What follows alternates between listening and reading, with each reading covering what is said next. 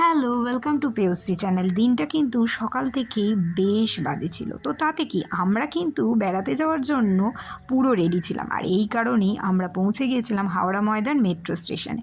আর দেখো, ভিজে ছাতা হাতে নিয়ে আমরা মেট্রোর জন্য অপেক্ষা করছিলাম। আর মেট্রো এসে হাজির হলো। মেট্রোর দরজা খুলতেই আমরা সবাই মিলে উঠে পড়লাম।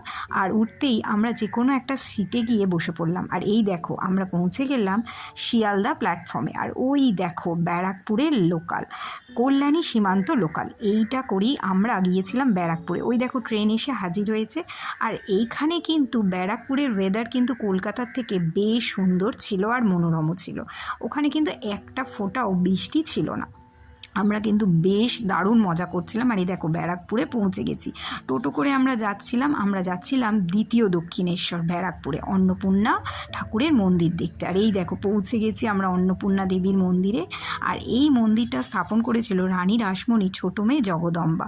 একেবারে তৈরি দক্ষিণেশ্বরের আদলে, এবং নকশা কারুকার্য সবই ছিল একেবারে দক্ষিণেশ্বরেরই মতোই। আর এখানে অনেকগুলো নাট মন্দির ছিল, বিশ্রাম গৃহ ছিল, এখানে ভোগের ব্যবস্থাও ছিল।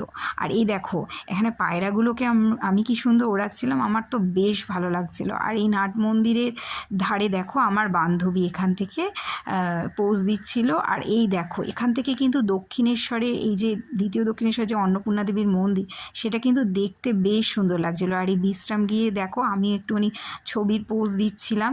চারিদিকটা এত ভালো লাগছিল, এত শান্ত লাগছিল। আর এখানে অনেক পায়রা ছিল, এই পায়রাগুলোকে আমরা সব ওড়াচ্ছিলাম।